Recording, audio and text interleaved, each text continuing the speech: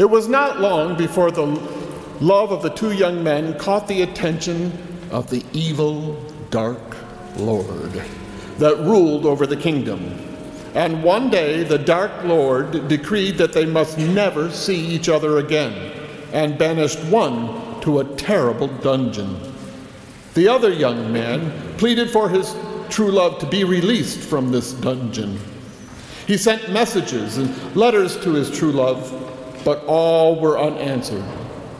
His only wish that Christmas was to be with his love once again.